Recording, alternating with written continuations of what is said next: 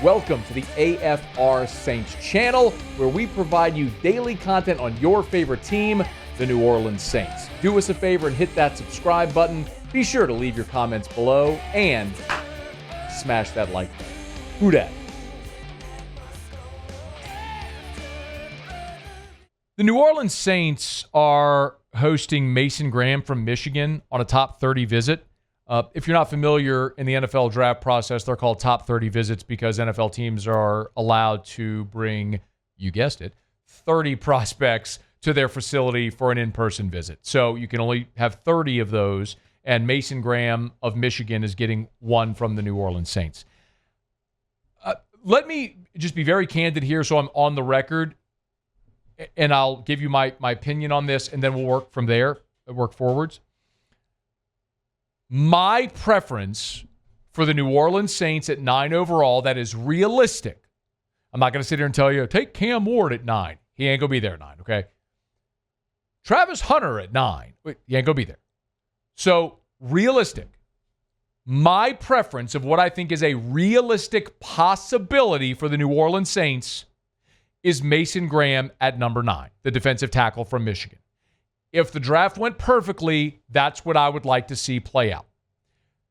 The Saints have tons of needs. I mean, quite literally everything. You need everything. There's no spot on the field where you can look at the New Orleans Saints roster and go, yep, ship shape there. Next. They need help everywhere. So how do you sort of make sense of need and value? That's where I land on Graham. Now, I'm not certain he'll make it to 9 because he is sort of a consensus number 1 interior defensive lineman in this draft. So the best case scenario for New Orleans, if you want Mason Graham at 9, is you hope the quarterbacks come off the board. Maybe Jackson Dart races up and goes ahead of you. A lot of the offensive guys come off the board. You know, Travis Hunter will be gone.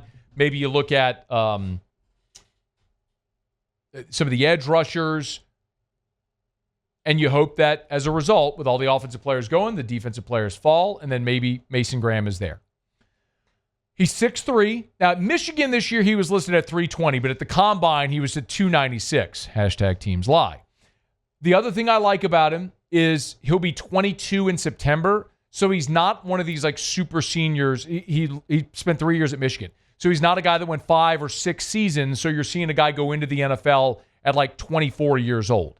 He's 21 right now. He'll be 21 at the time of the draft. He turns 22 in September. So you still have a guy that's relatively young as well, playing a physical position, and because he only played 3 years, still a lot of tread on the tire. He doesn't necessarily have eye-popping stats. The most sacks he had in a season at Michigan are 3.5. So you're not talking about a guy that was like this dominant interior pass rusher like Ndamukong Suh or Aaron Donald or something like that. But you're talking about a guy that can push the pocket, that can help in the run. He had 47 tackles this year as a junior and was a consensus All-American. A very good interior player. And when I say the Saints need everything, I mean they need everything. Your offensive line was a revolving door, especially at left guard, and then some of the injuries. We know the problem that you have at running back. Obviously, we've talked about quarterback ad nauseum. You've got 2 receivers that you like. Both have been injury-plagued throughout their careers. You definitely need help at tight end. Foster Moreau's contract this year isn't guaranteed, although you just signed Jawan Johnson. You definitely could use help there. We talked about the defensive line. You were bad at end. You got an aging linebacker in Demario Davis alongside Pete Werner, and you just lost Willie Gay to free agency. The top 2 starter, it's that corner from a year ago, Alontae Taylor and Marshawn Lattimore are gone.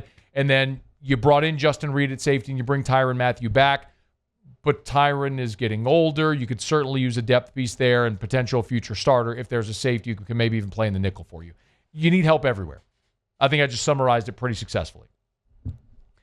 But the reason I would focus on defensive line is because when the New Orleans Saints had the great defenses under Dennis Allen, it was like amid that, like at the centerpiece of those great defenses was that 2 years long run of not allowing a 100-yard rusher. Y'all remember that?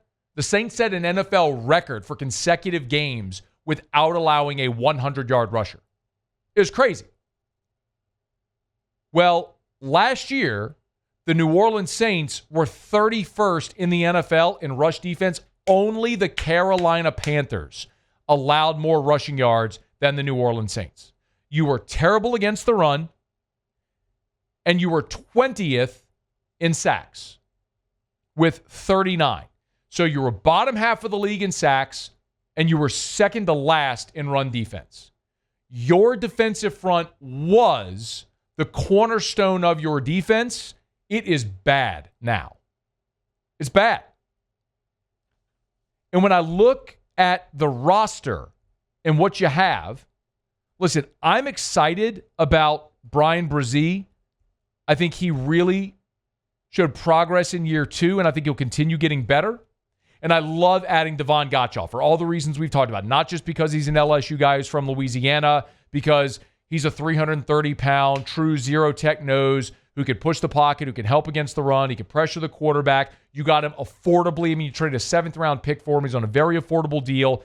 There's a lot of reasons to like that addition. After that, what do you have? You have Colin Saunders and Nathan Shepard, who were signed by the previous staff, who don't necessarily fit Brandon Staley's defense. And then you've got Christian Boyd, Ryder Anderson, and John Ridgeway. That's it.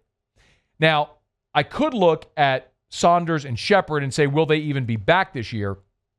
But the tricky part is their contracts, because of how you've restructured everything, don't really allow you to move on from either of those guys. For example, Colin Saunders this year, his cap hit is $2.5 million.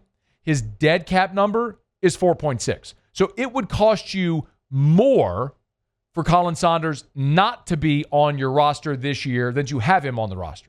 So Colin Saunders most certainly is going to be on your roster this year. And for Nathan Shepard, his contract number is even worse with the restructure. Shepard this year, his cap number is $3.6 million. His dead cap number is $10.3. So those two guys are basically to say, if you were to cut Nathan Shepard, it would count $10.3 million against your cap. If he's on the roster, it's $3.6 million. It's a $7 million additional hit for him not to be on your roster. So those guys are going to be here, but they don't necessarily fit what you want to do. So you got to maximize what you can for this year before you move on from those guys next year. But what a great opportunity to bring in a guy like Mason Graham on a rookie deal where you'd have a 5th-year option eventually to help fortify the interior of Brandon Staley's defense. That would be my preference. And also, we have seen the Saints historically, certainly over the last quarter century, build through the line of scrimmage with the draft. I mean, just look at what they do at the top of the draft. Fuaga, Penning, Ruiz, all first-round picks. Eric McCoy was a second-round pick, but he was their first pick in that draft. Ramczyk was a first-round pick. Andrus Peat was a first-round pick. Brzee was a first-round pick. Peyton Turner, Marcus Davenport, Isaiah Foskey was top of round 2. Sheldon Rankins was a first-rounder. Like, the New Orleans Saints invest at the top of the draft in the line of scrimmage. Like, that's not disputable. It's not debatable. That's what they do. So if this guy is the best interior defensive lineman in the draft, and he's there at 9, and you were that bad on the defensive front a year ago, and he can help fortify that in the immediate short term and long term potentially, I'm for it. For me, that's my best case scenario. You asked me, all right, Matt, you could have it play out however you want, realistically. Not, Cam Ward falls to 9, Travis Hunter falls to 9. No. Like, what's a realistic scenario? If Mason Graham is there at 9, the defensive tackle from Michigan, that would be my best case. That's who I would love to see the Saints take at 9 if he's on the board. Hey, thanks so much for watching. Please leave your comments. I love to interact, and be sure to hit the red subscribe button below.